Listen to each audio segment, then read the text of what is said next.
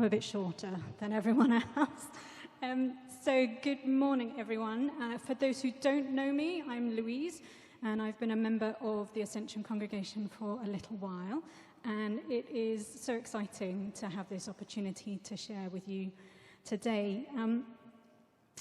It could get a little bit personal in places, but hopefully we'll get through it together. I've got the waterproof mascara on just in case, so nobody worry. Now, I don't know if this happens to you, but my Photos app on my phone is always pinging me with reminders. Remember these photos you took 5 years ago, or remember this thing that happened 7 years ago. And it's nice, isn't it, to look back at those happy memories. Sometimes I've forgotten that even happened, something random that I took a photo of. And especially looking back at those photos of my niece and my nephew, and 5 years has gone by and they were like these tiny little things, and now I know how big they are and how much they've grown and they've changed. Well, recently, God's kind of been pinging me with my own reminders of memories of the past sort of 18 months that I've been through. And those memories are a little bit more mixed, I have to say. It's not been an easy time for me. It's quite hard and quite painful at times, and due to the COVID pandemic, and I'm sure I'm not the only one who's got some difficult memories for the past year. And actually this time has been a time that's been a real challenge to me and to my faith. And this process of remembering that God's been taking me on recently, that has been really valuable, even though it's been a few painful memories. And when I was thinking about what to share today, I thought actually maybe somebody else would find some of this helpful. So using Psalm 77 that we've just heard, I want to share some of the things that God's been teaching me about how we can have faith in tough times. Perhaps some things that might have been helpful to me before going through this past year, but hopefully will help us all as we muddle through the future. So if you've got a Bible, do keep it open, because I'm going to refer back to some of those passages. But I've got 3 key things that I think Psalm 77 teaches us, or some tips really, for helping us to have faith and hold on to faith in tough times. So they are to be real, to look up, and to don't forget. So number 1, be real. I think it can be tempting to think that if we're a Christian, if we believe in God, that somehow we have to look on the bright side. We always have to find the silver lining because we're people of faith. But this psalm points out that actually it's okay to be honest about how we're feeling when things are difficult, when we can't see God's goodness. Just have a look at verses 6 to 9. He says, I remembered my songs in the night. My heart meditated and my spirit asked, will the Lord reject forever? Will he never show his favor again? Has his unfailing love vanished forever? Has his promise failed for all time? Has God forgotten to be merciful? Has he in anger withheld his compassion? They're just so raw, those questions. I love that the Bible doesn't mince its words. It really gets me right here. I don't know if you've ever felt like this, but I think it just articulates so powerfully that desperation and the disorientation that we can feel if we know and trust in God's goodness, and yet looking at what's happening in our lives at that given time, we just can't see the goodness of God. And that's exactly how I felt in the past year. I could have said those exact same words. Because I have known God a long time. I know he is loving. I know he is merciful. But I could not see it at that moment. Where was God's goodness in my life right now? So I'm just going to back up and tell you what happened to me very briefly. So when the COVID pandemic struck, I was 6 months into a 1 year of serving overseas as a volunteer. And I felt so strongly that was something that God had called me to, that he had sent me, that this placement was somewhere he had put me. I was hoping that it was going to be a step on a journey to new things, to different things. And at the moment when COVID hit and we got the call, we were sent home, just like that. I had 2 days to pack my stuff and leave. I couldn't say goodbye to most of the people I knew because we were all already sort of on a semi-lockdown. It came just at that moment in my year when I was beginning to settle in. I'd begun to make relationships, began to just feel that maybe there was something I could contribute in the place where I was working. And then I came back to a sort of a limbo because I couldn't come back to my job and my flat in London because everything was set up for me to be away for a whole year. And I had so many questions at that time. Why did this happen? Did I hear God wrong? Like, was I not supposed to go? Why would God give me this opportunity only to snatch it out from under me? It was so painful.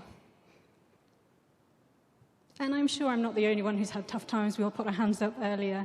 And some of you have probably experienced far more painful and far more challenging times than those that I've just described, whether that's a bereavement, whether that's come through COVID, whether it's the loss of a job or a relationship breakdown or whatever it might have been. And it can be hard to see God's love and God's goodness when we're dealing with pain and loss and disappointment. But this psalm, the first thing it teaches us is to be honest and to be real about those disappointments with ourselves and with God.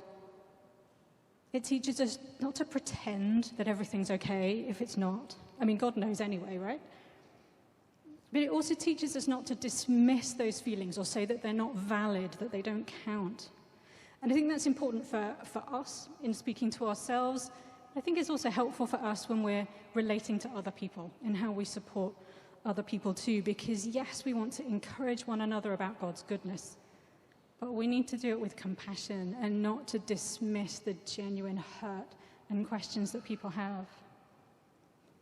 But in being honest with our questions, the psalm is encouraging us to bring them to God as well, to take those questions to him. Even if we're not feeling God's presence at that moment, even if we don't get the answer to the question. You see that right from the start of the psalm. When I was in distress, I called to the Lord, it says, and then it says, I would not be comforted. And you know, as I was reflecting on this passage, I think perhaps speaking out those questions to God is maybe the biggest act of faith we can make in a time when actually we can't see God's goodness. Because actually it's saying, God, I believe that you are good, and because I believe it's worth telling you that I can't see your goodness right now. And you know, we can have confidence to say these difficult things to God because God's love isn't in any way dependent on us. His love isn't proportionate to the amount of faith that we have. God's love is only proportionate to his grace. Ephesians chapter 2, verse 4 says, because of his great love for us, God, who is rich in mercy, made us alive with Christ even when we were dead in transgressions. It is by grace you have been saved. God's love for us started before we even knew him, before we even believed him, before we even trusted in him. It's got nothing to do with us. It's all about him. So he's not shocked if we come to him with our questions and our doubts and our struggles. This brings me to the second tip that I think is in this passage for how we can have faith in tough times, which is to look up. If you look at verses 10 and 11, we've just had those verses I read before where the writer's just describing his anguish and pouring out all his questions. And then he says, then I thought, to this I will appeal, the years when the Most High stretched out his right hand. I will remember the deeds of the Lord. He switches his attention from his immediate troubles to look at God. And then the whole of the rest of the psalm, from verses 12 to the end, focuses on that bigger story. He's not actually thinking about the deeds of the Lord in his own personal life. He's looking at the deeds of the Lord in the story of God's salvation of his people, bringing them out of Egypt and slavery into the promised land. And you can see that most clear if you look at verses 19 and 20, where it talks about the crossing of the Red Sea. It's all that kind of picture of how God rescued his people and brought them to freedom and gave them a new identity as a nation and created the new story of the people of Israel. And we've got an added advantage over the writer of the psalm because we can look to Jesus, the ultimate fulfillment of God's rescue story, God's salvation story. We can look up to him. We can fix our eyes on Jesus, the pioneer and perfecter of faith, who for the joy set before him endured the cross, scorning its shame, and sat down at the right hand of the throne of God, as it says in Hebrews 12. Jesus' death on the cross is the ultimate expression of God's love for us. His death brought us back to God. Because of the cross, Jesus' righteousness covers over all of our flaws, our mistakes, our questions, our fallibility. Jesus' death brings us into God's family where we're co-heirs with Christ, where we have the hope of eternal life. A few years ago, I was on holiday in New Zealand, and I was on a boat trip looking for dolphins. I'm not very good on boats. It was a bit choppy, and I began to feel a bit unwell, shall we say. And one of my fellow passengers told me to really look, to fix my gaze on the horizon and just not do anything else. Not very good for finding dolphins, but it did help me feel better. And apparently it's something to do with the fact that the horizon doesn't move that helps sort of sort out the confusion in your senses. And I think when we're going through hard times and troubles and confusions and questions surround us, looking up at the cross is just like that. Because God's love shown in the cross is a fixed, unchanging point. Whatever is happening to us, however much we're bobbing up and down, it's not about, can I see the goodness of God in my life or last week, or I can see God's goodness in someone else's life, but what about mine? If we fix our eyes on the cross, that doesn't change. Romans 8, verse 35 asks this question: who shall separate us from the love of Christ? Shall trouble, or hardship, or persecution, or famine, or nakedness, or danger, or sword? Then in verses 38 and 39, he answers the question: for I am convinced that neither death nor life, neither angels nor demons, neither the present nor the future, nor any powers, neither height nor depth, nor anything else in all creation will be able to separate us from the love of God that is in Christ Jesus our Lord. The writer's not saying there won't be trouble, but rather that we can't be separated from God's love shown to us ultimately in Jesus' death on the cross. Whatever hardship or struggle or pain, we can hold on to that as our secure foundation. Now, I know this is not as easy as it sounds. Our struggles are real, and when we've got those questions and those tough times, they occupy our thoughts, our mind. Sometimes we even feel them in our body, and I'm not saying that it's easy. And there may be days or moments or even whole stretches of time where it can be really hard to fix our eyes on Jesus. It can be hard to pray, and it can be hard to worship. Those of you who know me know that I love to sing, and I especially love to sing in worship. But there have been times in the last 18 months when I couldn't get the words out. And my worship had to become something internal, a cry in my heart. It had to be like we just sang in that Waymaker song, that even when I can't see it, God, I believe that you're working, but I'm not seeing it right now. But I think if we can keep looking up from our circumstances, even if it's just every now and again, if we keep doing that, however briefly, to fix our eyes on the solid, unchanging love of Jesus in the cross, we can remember that the current pain that we're experiencing isn't the whole story. There's a bigger story, and we can find a way through. And this brings me to my final tip for faith in tough times, which actually perhaps is for after the tough times, which is don't forget, which is what God's been talking to me about recently. Because I think it's easy when the worst is past to just sort of put it behind us, to move on, to look forward. But what God's been teaching me recently is that if we do look back at those difficult times, just like when we look back at old photos, we get a different perspective. We see how much we have grown and changed spiritually, how much we have learned.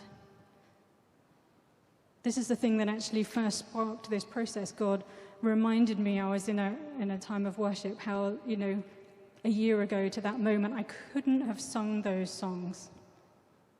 And yet I could now sing them with all that I had. But when we look back, we also see God's faithfulness that perhaps we couldn't see at the time.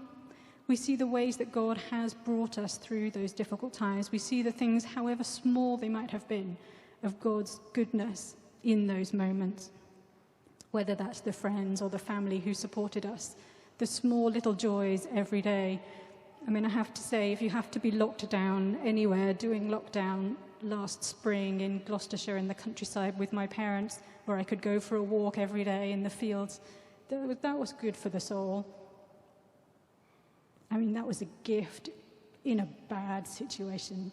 And I think if I'd been somewhere else still dealing with those difficult thoughts and feelings, it might have been harder. And if we don't stop to look back at where we've come from, sometimes we can just get caught up in the stresses of now and today and the worries about tomorrow, and we forget to see God's faithfulness. But also sometimes this not forgetting also means learning to live without answers to the questions. And it doesn't mean we have to forget the questions. Going back to that passage in Hebrews that I quoted earlier, where it talks about fixing your eyes on Jesus, that's chapter 12. And the chapter before that, chapter 11, is a whole chapter all about faith. But it begins with these words: faith is confidence in what we hope for and assurance about what we do not see. And then it goes on to praise the faith of some of the heroes of the Old Testament. But in doing so, it points out something that I don't think I'd noticed in this passage before. That not only did these heroes of the Old Testament not get to see the ultimate fulfillment of God's plan in Jesus, but some of them didn't even get to see the fulfillment of God's promises to them about the people of Israel and the promised land. It includes people like Abraham, who got that incredible promise of God about having descendants as numerous as the sand. Abraham didn't see that. He didn't see the promised land. It says in verse 13 of chapter 11 of Hebrews, they did not receive the things promised. They only saw them and welcomed them from a distance. And so, I think if we sometimes still have questions that aren't answered, questions about why the bad things have happened in our lives, why we've had these difficult times, where we can't see God's purpose in something that was hard, we're in good company. Some of those big names of the Old Testament, they didn't see the answer either. And maybe also when we're looking at our own struggles, or when we're looking at other people, we can be reminded to have compassion for them in their struggles. That maybe we won't get the answer, but actually we can still find a way through those difficult times without the answer. So I just want to finish now by encouraging all of us. I don't know whether you're going through tough times right now or somebody that is. But if God feels really distant right now, if you can't see God's goodness in your life today, I know that even some of what I've said today might be hard to hear, but I want to just say from my own experience that God still loves you. And he's still good. And so I want to encourage you, like in the psalm, to be real with God. Don't pretend that you don't have those feelings, but also don't turn away from God in them, even if you have to say it in tears, even if you have to say, God, you're good, but where is your goodness right now? Then do that. Be real with God. But I also want to encourage us all in that to take those moments to look up at Jesus, at the bigger story, not to get jaded by looking at the goodness of God in other people's lives around you, but to look at the cross and to see the ultimate, biggest expression of God's love and goodness for you, that you can never be separated from whatever happens. And I want to encourage all of us to not forget God's goodness in the good times and the bad times, because through those tough times we can learn and grow ourselves, but we can also have compassion as we support one another.